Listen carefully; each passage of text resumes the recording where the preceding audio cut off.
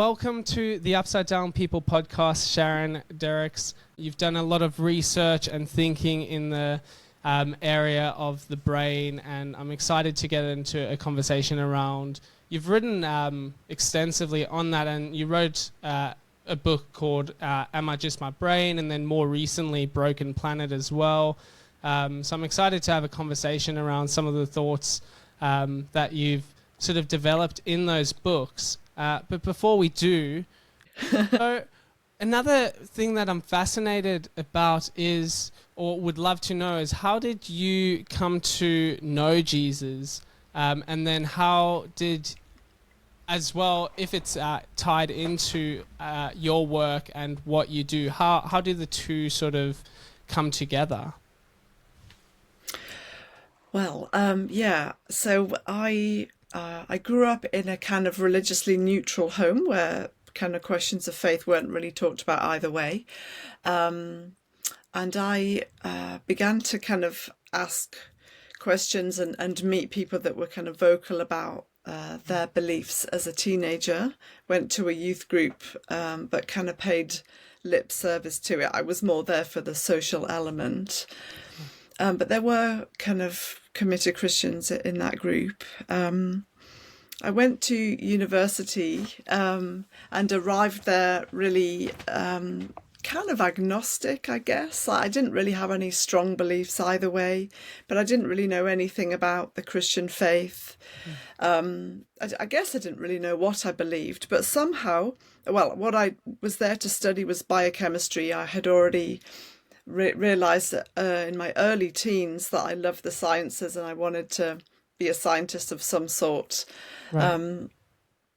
But I had also assumed absorbed the view that this was incompatible with belief in God. And that's interesting in and of itself, because I don't think I ever had an overt conversation with anyone about it, but I just somehow absorbed from, well, there were no phones at that point, but iPhones, I should say, from the media, from magazines, from conversations, from my friends, from books. I'd been given a copy of The Selfish Gene by Richard Dawkins by my biology teacher, and, you know, just sort of absorbed the view that we're material beings and that's really all that there is to it. And so when I arrived at university, I was invited to an event called Guerrilla Christian, which was taking place in the very first week. And it was where there were 4 Christians in a room full of people. And the room was completely full, a couple of hundred people there. This was taking place in my hall of residence where I was living. And people were asking questions to these 4 Christians all evening. And I put my hand up and asked the science and God question. Surely you can't believe in God and be a scientist at the same time. And I was given the answer that actually, yes, you can. And, you know, asking someone to choose between God and science is a bit like asking someone to choose between Jeff Bezos and Amazon's processes and programs as the reason that Amazon exists. And of course, you don't need to choose between those two explanations. They actually both work together in a complementary way. And it's the same with God and science. You know, you don't need to choose between the mechanisms that a scientist might study and uncover and belief in the one who set it all in motion and continues to uphold it. So that opened up a whole horizon for me. I'd never thought about things like that before, and it set me grilling a lot more Christians and asking a lot more questions, which I did for about a year and a half. And obviously some of those involved asking questions like, who is Jesus? Did he even exist? Because at that point, I literally didn't know enough to even know that he had existed, and that could be taken on trust. And so, yeah, you know, lots of questions around why did he die and did he rise? And I just reached the point where I didn't have all of the answers to my questions, but I felt like I had enough to know that this was real, that God was real, that Jesus was who he said he was, and that he had risen from the dead. And so at about Easter of my second year, I would say that I became a Christian. I changed my views. Wow. I can't really remember the precise moment, but definitely by summer of my second year, I was a Christian, and I was hanging out with other Christians and reading the Bible, and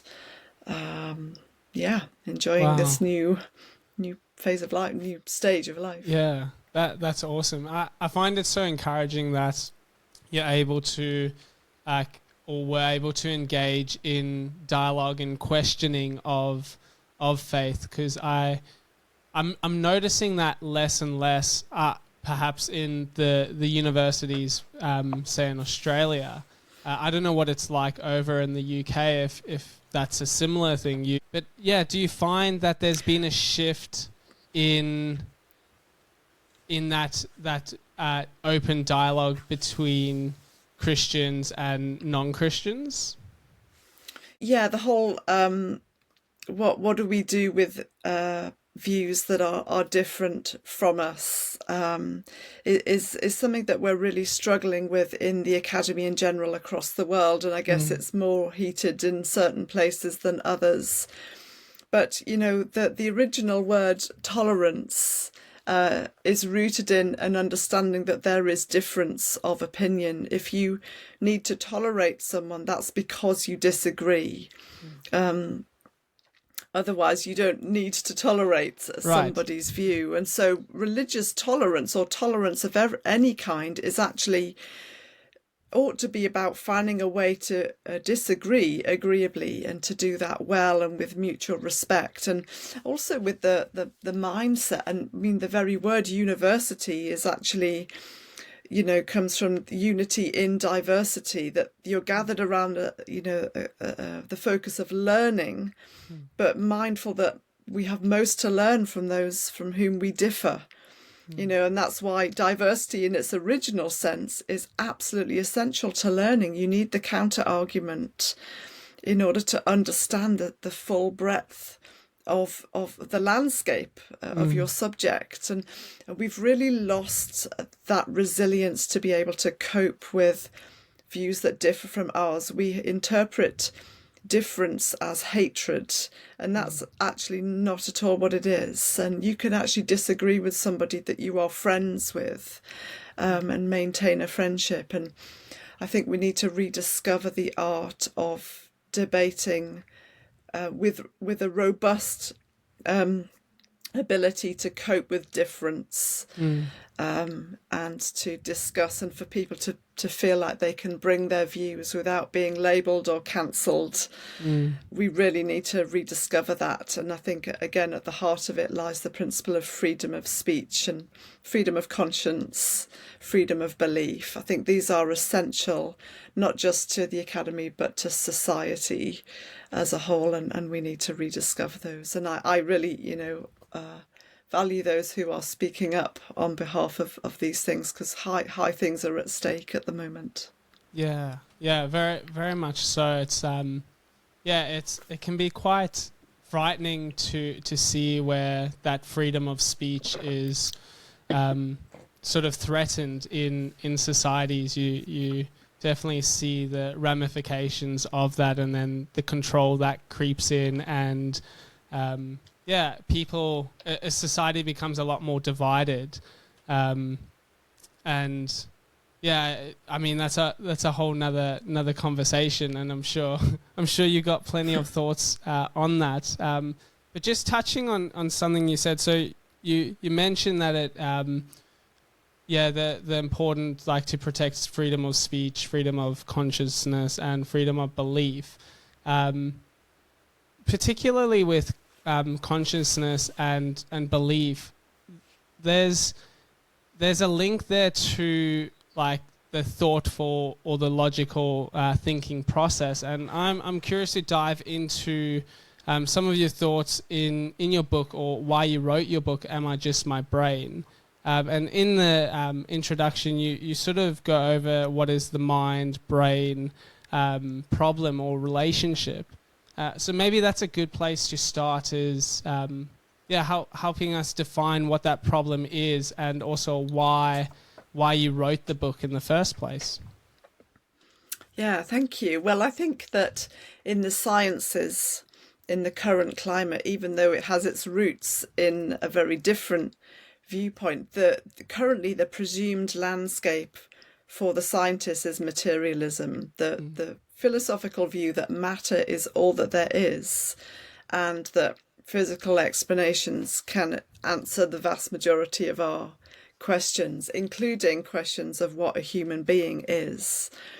And so I wrote the book "Am I Just My Brain?" in response to the view that that we are our brains, essentially, that human beings are driven by chemical and electrical processes inside of their skull, and that the materialist view that seeks to look at a person purely through the lens of the chemical activity in their brain. And I wanted to show that, firstly, this is not an adequate way of describing a human being, and that actually there are much more holistic ways of doing that, which don't require us to sacrifice any intellectual credibility. In fact, where I go with it is to make the argument for where the mind comes from itself makes more sense. If there's a divine mind behind the universe, then if there's no divine mind, Right. and that's really where the argument kind of heads towards and goes. But also that actually you don't need to leave neuroscience to argue that we are more than just our brains. Because actually there are many neuroscientists and philosophers who are not theists. They might be atheists or agnostics, but they agree that actually we don't just have a brain, we have a mind, and mental processes and brain processes are two very different things. If we wanted to, find out what it's like for you to run this podcast day after day, week after week, and we thought that you were just your brain, well, we would want to capture that by measuring things from your brain. And so we would put an EEG cap on you and measure electrical signal from your brain. Maybe we put you in an MRI scanner and take some structural scans and some functional scans. And those could be, we could collect a lot of very interesting data from your brain. But would that tell us what it is like for you to run this podcast? Well, it wouldn't. In order to access that, we need to ask you. We can measure things from your brain, whether you want us to or not, but we can't access your mind unless you choose to reveal it to us. And for that reason, many neuroscientists and philosophers agree that mind and brain are not the same thing. Right. There's something that it is to be you. You are a conscious being.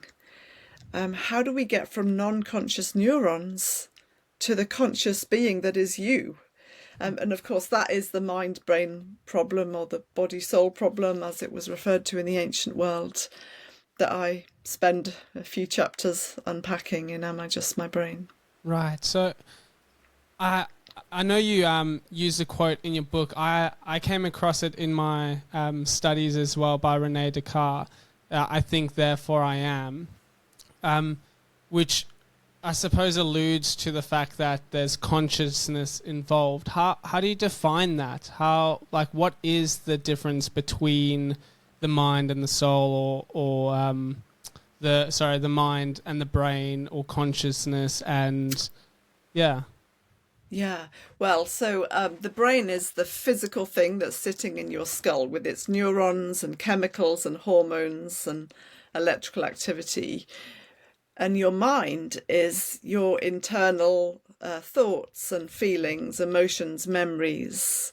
There was the philosopher Thomas Nagel said, there is something that it is like to be you.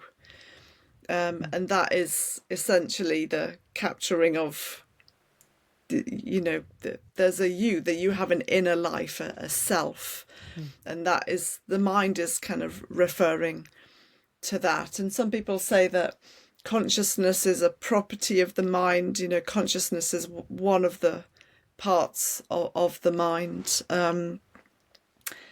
As for how it relates to the soul, in terms of the kind of neuroscientific discussion, in some ways, mind, soul, conscious awareness are kind of overlapping in the sense that they all refer to something a little bit intangible that's internal and more subjective. Right.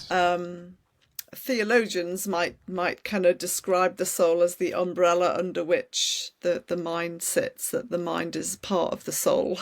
But then again, a neuroscientist might just say, well, these are synonymous, really. And some people say that those things are material, the same as the brain, and some say that they are non-physical and are very different entities, but that interact very closely with the brain. And of course, then there's a whole set of views in between those two extremes. So, so brain is the physical thing, mind is your internal thoughts, feelings, memories, emotions. And obviously that's a really important, I think, distinguishing factor when I think of humanity and what gives us dignity.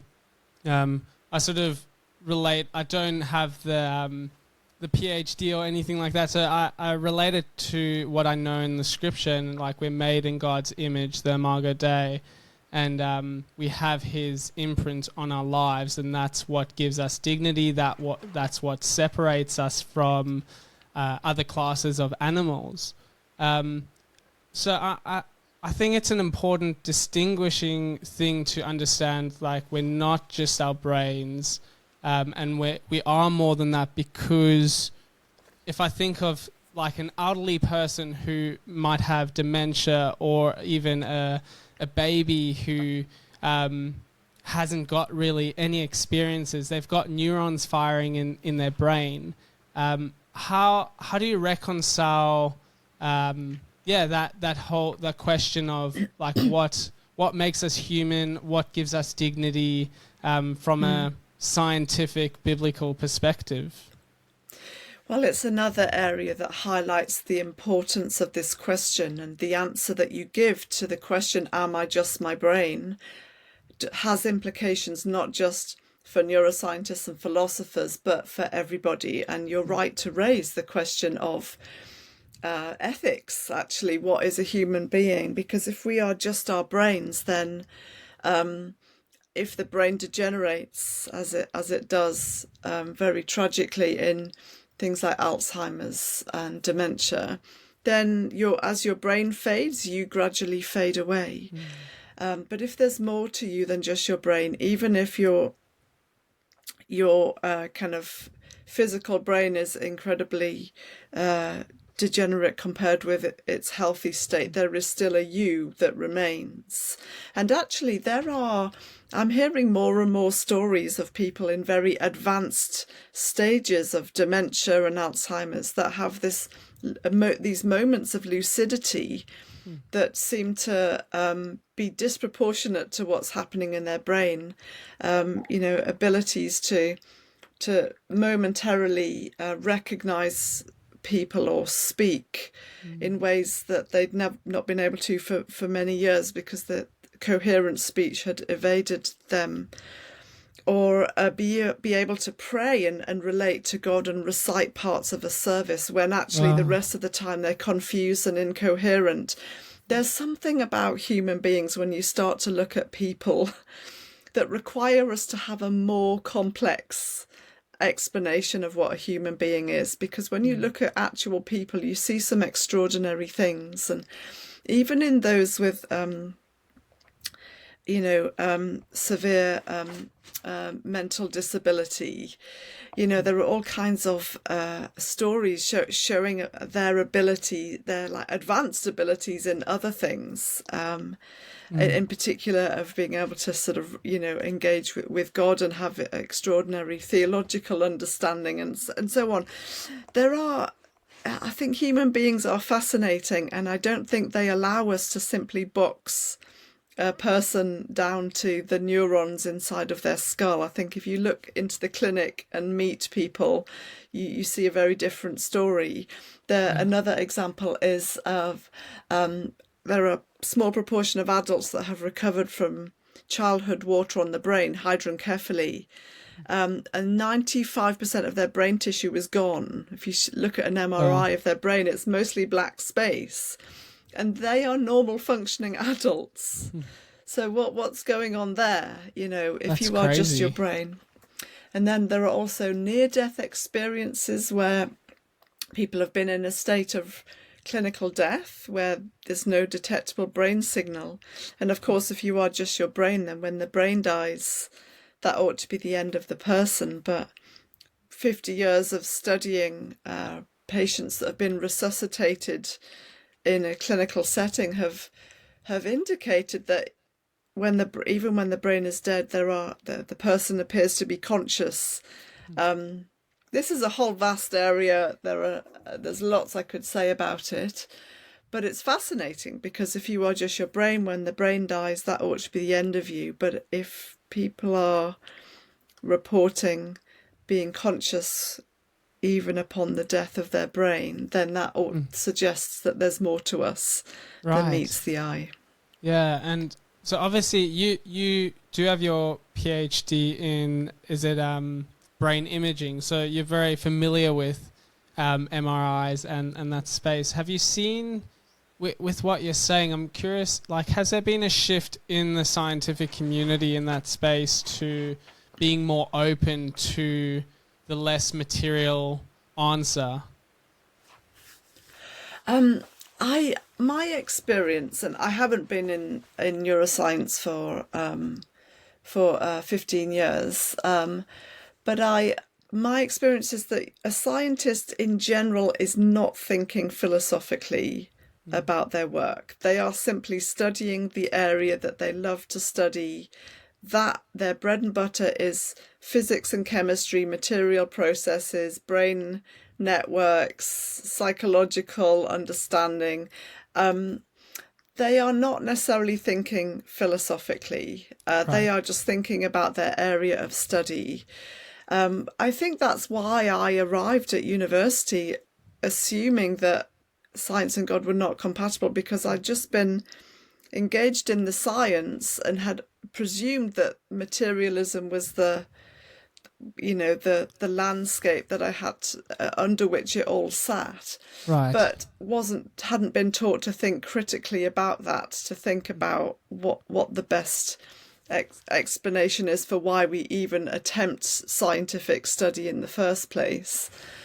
And so most scientists are not thinking about that. I think Right. that still materialism is the presumed backdrop. But of course, there are some that challenge that from within. But very often they are philosophers that are engaging with scientists Right. rather than scientists themselves who are kind of thinking, oh, what's the best philosophy Yeah. that I could bring to this data? Yeah, fascinating. I was just curious, just in terms of if they're coming through with these examples, like you're saying, people who have been brain dead actually experiencing things that, yeah, that would sort of put a question mark as to that question that you ask in your book, am I just my brain? Yeah, well, they would obviously posit an alternative explanation that although there's no detectable brain signal, this clearly is still due to some residual brain activity. There are Right. counter arguments for all of these things that, they would say that often when there's oxygen deprivation, there's a rush of activity, and that might account for some of the visual things that people report.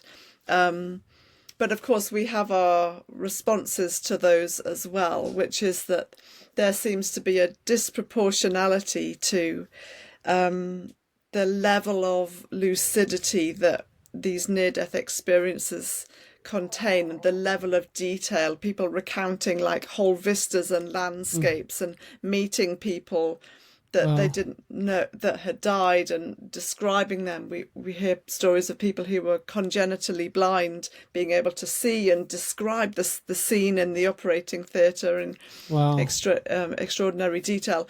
Things like that don't seem to match up to a brain in shutdown, even if there were residual activity.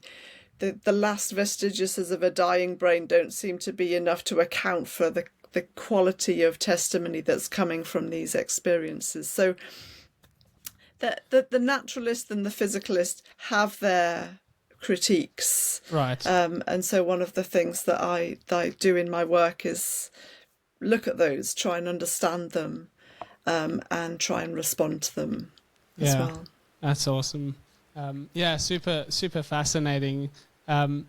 Slightly sort of shifting, I don't know, there might still be a science answer to this, but you hear in the church a lot and in Christian circles people talk about this thing, how there's your head and your heart, and you're either following your head or you're following your heart, and they're separate things, and it's almost like thinking and feeling or cognitive choice and emotional choice are these separate things. So do you think that these are separate parts of who we are? Do they act independently of one another?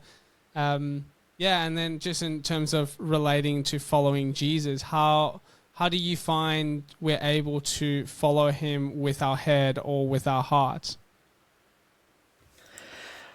I think that this is a different issue from what we've been talking about. In the sense of they all come in terms of what we've been talking about, head and heart all refer to the inner life, but they're different aspects of that inner life. And I think thinking and feeling are two distinct things. We have an intellectual life and we have an emotional life.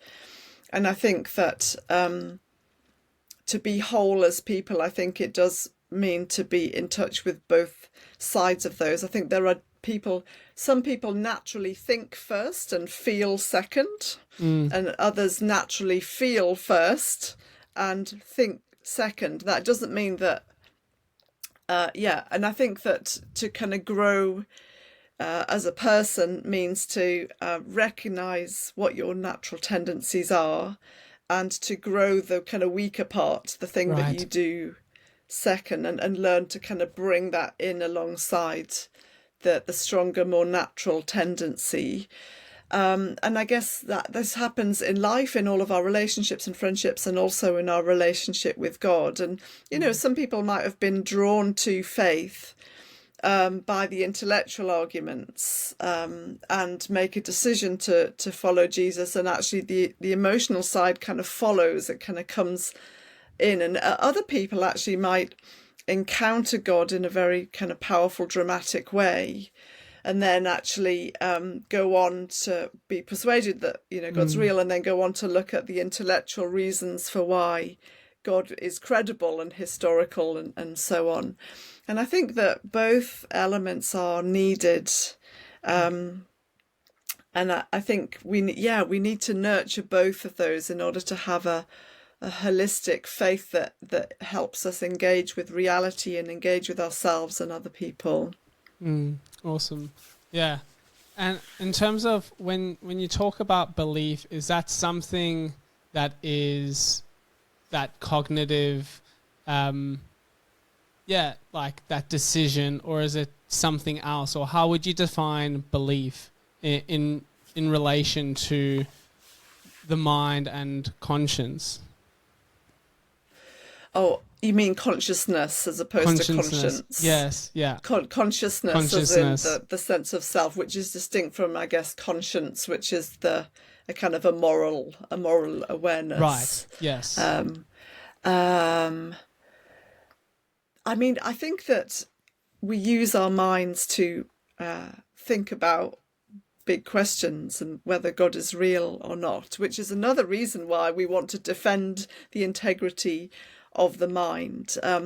If we are just our brains, then our very thoughts and actions and words, in a sense, are not coming from us. They're just coming from forces beyond our control, sitting inside our skull. But if there's a you that has agency, then we can actually, say that, no, those are my thoughts, those are my beliefs. I'm not just the vessel of them. I'm actually the bearer of them. And we think about all kinds of things. And it's actually because we have this capacity for higher thought that we're able to think about questions like, does God exist? Is he real or not? And so the mind is actually essential to knowing God. It's not the only part. We can know God around us as well in the world.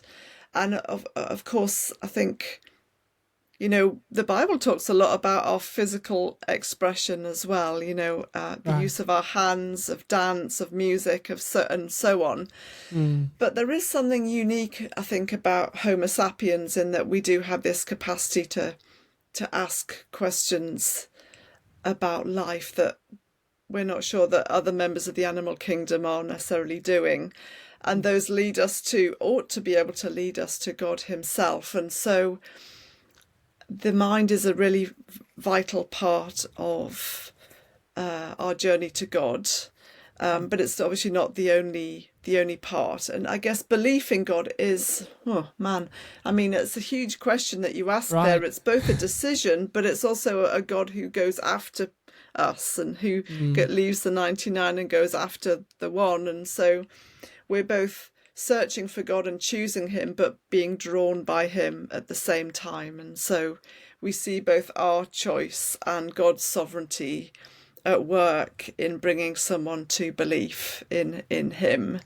That's beautiful. What I wouldn't want to say is we don't just want to think of it as just this inward kind of subjective thing. Ultimately, experiences come and go, but what it all comes down to is, did Jesus rise from the dead? And that's an event that is historical and that you can look at objectively and make a decision. Am I persuaded that Jesus rose from the dead?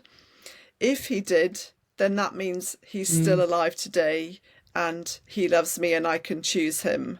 Awesome. And feelings may come and go, but that's an objective reality that rests on history rather than experience. That's brilliant. I love that. That's it's almost a direct quote from the Romans 10:9, where where Paul says, if you confess with your mouth that Jesus is Lord and believe in your heart that he raised him from the dead, or God raised him from the dead, you'll be saved.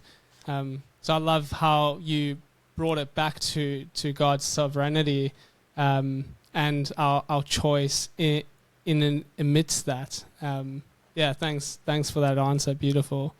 So just moving along to your recent work, Broken Planet, because I'd love to chat a bit about that. You talk about some big questions in that book, questions like, are natural disasters judgment from God? And if there is a God, then why are there natural disasters and why are there diseases? And these are questions that I think lots of people are wrestling with. Maybe you could share a bit about what your response is to those questions. Well, you asked a lot of questions there, but I mean, I've got a bad habit of doing that. I apologize. Essentially, I wrote Broken Planet, which I have here. Broken Planet, if you're interested, should be available in Australia if you are interested. The question of why there are earthquakes and cancers and even bizarre parasites that do strange things, requires a slightly different answer to the question of moral evil, why humans do horrible things to each other. To an extent, we can say that, God has given human beings freedom, because that means they can live meaningfully and that means love is possible. But the flip side of that is they can be cruel to each other as well as very kind and compassionate. Right. And that partly explains some of the suffering in the world. But suffering within nature itself requires a slightly different kind of response, because it seems to be that, well, if God exists, that's the world that he's made. And so the free will defense doesn't seem to work here. And of course, it's a multi-layered thing, which is why I took a whole book to look at the question of natural evil, as some might call it. And I interwove arguments with stories of people who have encountered earthquakes and tsunamis and hurricanes and pandemics firsthand, and yet continue to believe in a loving, all-powerful God? It's a vast question. There's so much we could say. I guess the starting point is to say that if God doesn't exist, then this is just the way the world is. Right. In a way, it's kind of, these are just events. Then there's nothing right or wrong about them. And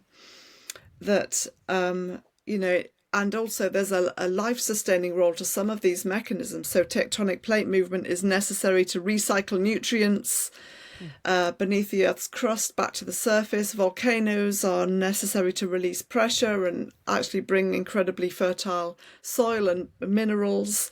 Even flooding is vital in some areas. And so these are just the flip side of being on a planet that has been built to sustain life. But there's nothing right or wrong. You're just in the wrong place at the wrong time. It's the luck of the draw, a genetic accident, as it were. This is just the way the world is. But if we want to call them a disaster, we are actually making a moral judgment.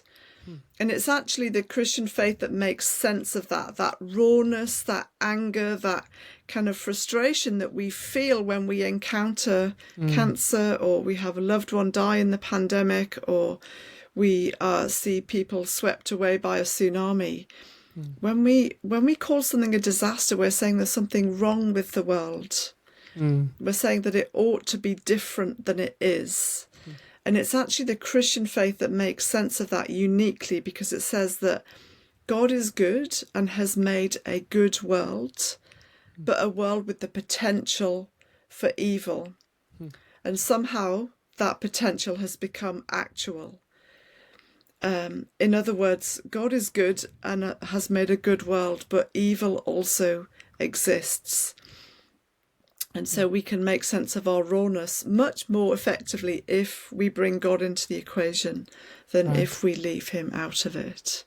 So that's the starting point. That's brilliant. I think that's a really great place to start, just in terms of like how Christianity or that morality gives a great explanation. It sort of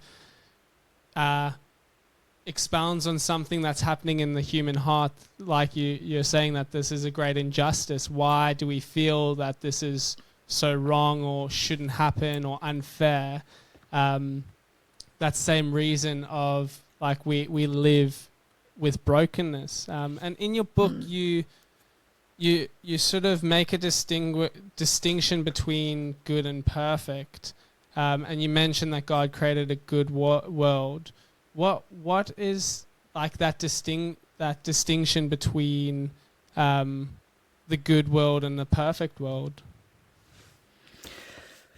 Well, so there's, in terms of the different layers of argument, I break it down into, there are natural factors, the way the natural world has been made. There are human factors, that humans have a capacity to actually make a natural event worse, much worse, in fact. There's a lot I could say about that. But then there are spiritual factors, even when you take into account the natural factors and the human factors. It still seems to be that there's a brokenness that's just sort of woven in, and that's where I kind of argue that there are spiritual factors, there are spiritual reasons for the brokenness. And of course, I argue, I talk about some Christians would kind of anchor things around a human fall, that part of that brokenness is due to human beings having turned their back on God. Right. And it might be that did definitely introduce something, and we are told that, the ground becomes cursed as a result of those actions in Eden. But there's also a problem there, because for those that take an old Earth view, that it seems that there have been earthquakes and volcanic eruptions and so on for many billions of years before humans even entered the scene. So how do we make sense of that before humanity? And of course, that's where there are, there is the possibility that some theologians might take the view that nature became broken before people did. And the basis for that partly is to say that the serpent is in the garden already. And the author of Genesis doesn't say how long he's been there and what kind of havoc has been wreaked all the while. And because Satan is a created being and he is limited to the created realm in his influence, could it be that nature itself became kind of broken or corrupted before human beings did? And that's not something, I think that fits within, kind of mainstream thinking about how we navigate this question. But there, of course, people that take that view then have to answer the question that you've raised. How do we measure that up against Genesis 1, why would God use that process where nature is already broken as part of his kind of creative process? And that's where some theologians say that God created a good world, not necessarily a perfect world. If nature has already had brokenness part of the system, even in the kind of some of the descriptions in Genesis 1, then good doesn't necessarily mean perfect. Good could also mean the context that Genesis was being written into is one where kind of Greek polytheism and also Greek Gnosticism. And in Greek Gnosticism, the material world is seen as secondary or even evil. The physical material world was seen as evil. And so maybe the author of Genesis was also saying, no, the material world is good. It's actually good. It's part of what we're supposed to embrace. We live in a physical and a spiritual world. We're physical and spiritual beings. The physical part of us isn't something to ignore. It's actually really important. So there could be an element of that in writing about good and God declaring that it was good. Wow. There's a lot in there, and I think it's a difficult question, a difficult topic, and I don't. Obviously, in writing Broken Planet, I'm not attempting to solve this and bottom out this massive question, but just to try and dig into it a bit more and bring together explanations from geophysics, from philosophy, from biology, and from the sciences, and try and put together a kind of a picture of how we might navigate it. And was there any particular thing that you found really surprising in your research of writing this book? Well, the thing that's most surprising to me is probably not to do with the arguments. It's to do with the people that I interviewed, who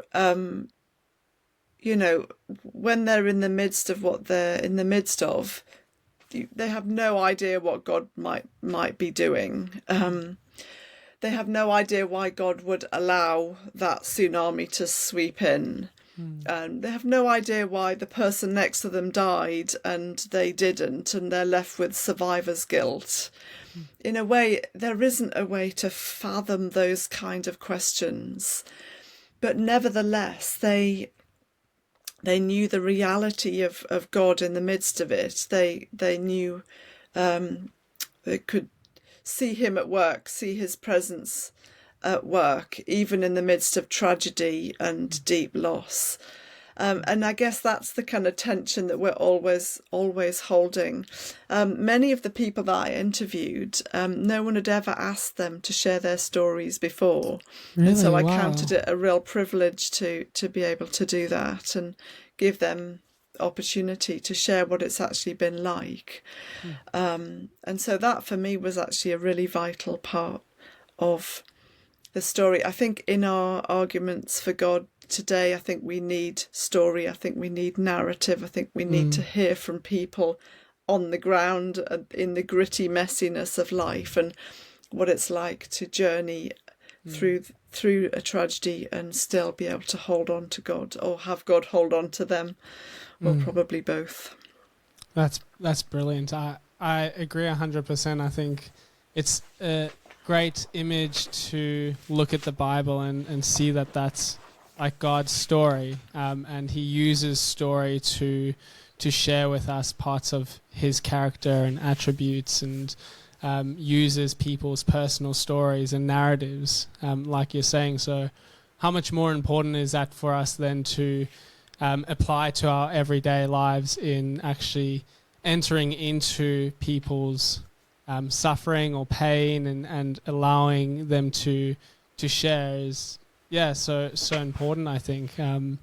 How was that experience for yourself? Did you have to travel to a bunch of different places and just being able to sit there? Was it awkward at times, or how was that experience for yourself?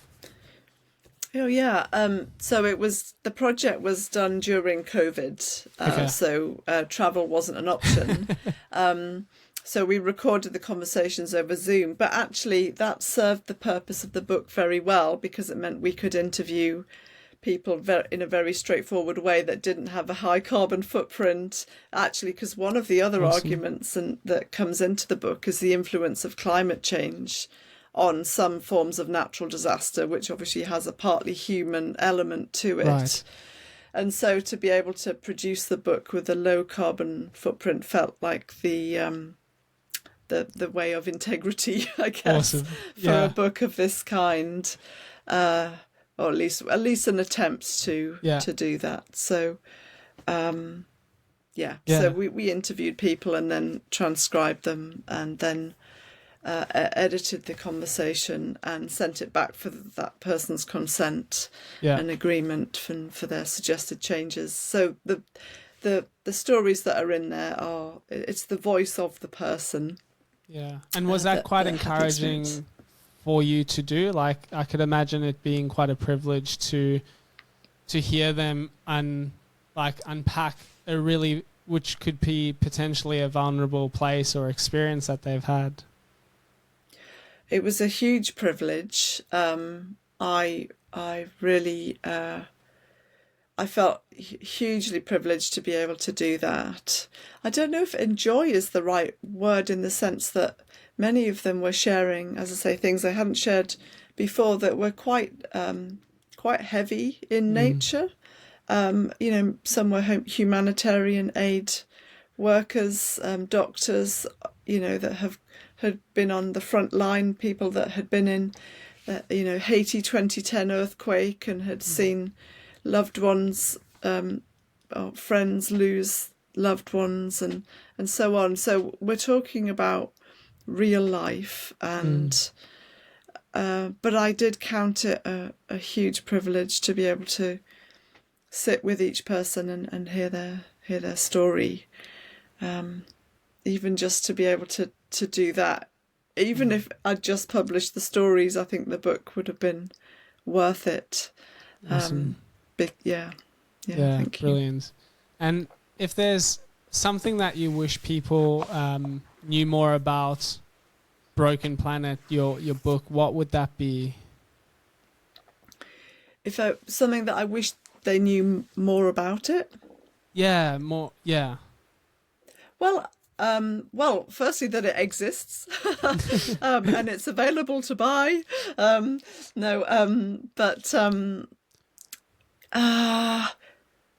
I mean, there's a very practical element at the end about what should my response be to a natural disaster, which is often not a question that we ask, and a way to kind of figure out, what it means for us to live on this earth and play our part in kind of, looking after nature and so on.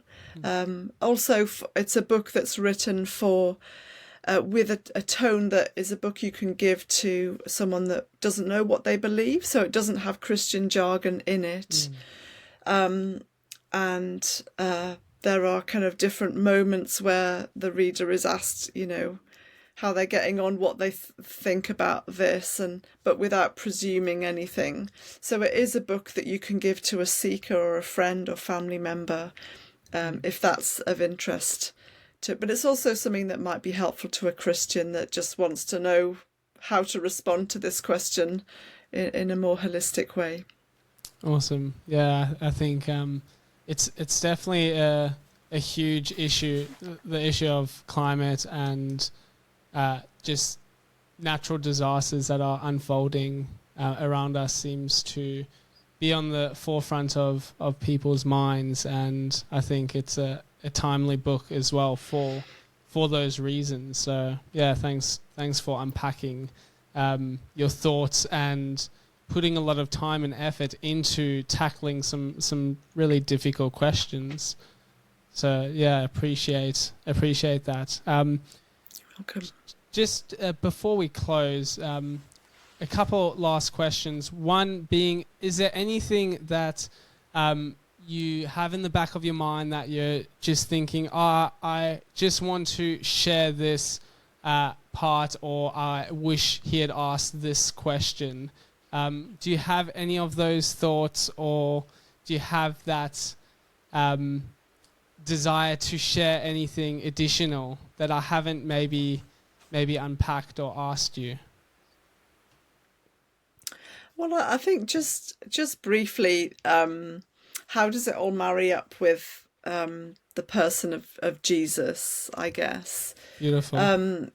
Towards the end, I asked the question, what kind of God would allow suffering and natural disasters like this? And whatever the reasons are for the particular world that we happen to have, it was one that God himself was willing to walk its streets himself, that ultimately, God hasn't left us alone in our suffering, but has come to be with us in the person of Jesus Christ. And it's actually the incarnation that is the basis of humanitarian aid, that we go to help others because God himself came to us, and he didn't wait for us to sort out our beliefs and get ourselves all sorted and put together.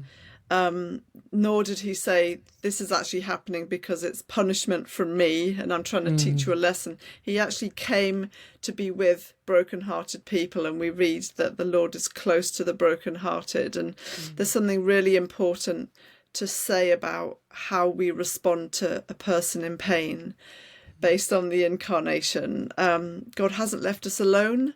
He continues to intervene today. It forms the basis of humanitarian aid, of social care, of modern medicine, of modern science, why we develop vaccines as well to immunize people when a pandemic sweeps through, and so on. And of course, he has intervened decisively on the cross, so that whatever we go through, we don't need to go through it alone. We can know the peace of God, made possible through the death of Jesus, so that whatever we face, it doesn't need to sink us or end us. And ultimately that he's not finished doing what he's doing in this world as well, that one day God will wipe every tear from our eyes. Whatever heaven is, it's also physical. It's not just spiritual and ghostly floaty. It's a physical realm. Who knows whether there'll be earthquakes, and if there are, we'll no longer be hurt by them. There'll be something that we can know about but not be hurt by, and it'll be a kind of a majestic thing. Or they'll be gone altogether. But one way or another, God will wipe every tear from our eyes, which is an extraordinary thing to remember, that God is not finished. There is more to come. This life is not all that there is. Beautiful. Thanks for that. It reminds me of Psalm 23, how David writes, even though I walk through the valley of the shadow of death, you are with me. And just that reminder that, like, Jesus incarnate is and has entered into our pain and into our suffering. And it's just such a beautiful reminder, because everywhere we look, there's brokenness, whether it's mental health issues or environmental issues or societal, cultural issues. There's these breakdowns, and I think it's important for people to remember that they're not isolated, they're not alone, that there is this creator God who isn't distant but is so near. So I love that, who is walking with us through our darkest times. So thanks so much for sharing that. What a beautiful, beautiful thought. And last question, obviously, if people are wanting to find out more about you, grab a copy of your book, where would you direct them to? Yeah, I have a website, dirckx.org. So that's DIRCKX for X-ray.org.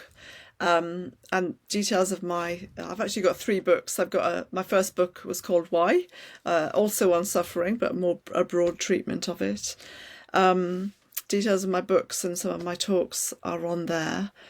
And it's available on Amazon, World of Books, Good Book Company, for Am I Just My Brain, and then IVP books also for Broken Planet and Why. So just wherever you like to shop for your books, basically you should be able to find it. Brilliant. Well, thanks so much for carving out the time to have this conversation, Sharon. I found it really helpful, and that gospel perspective really brings clarity and peace into some of these deep questions that we have. So thanks so much for your insights and wisdom. Appreciate it. Thank you.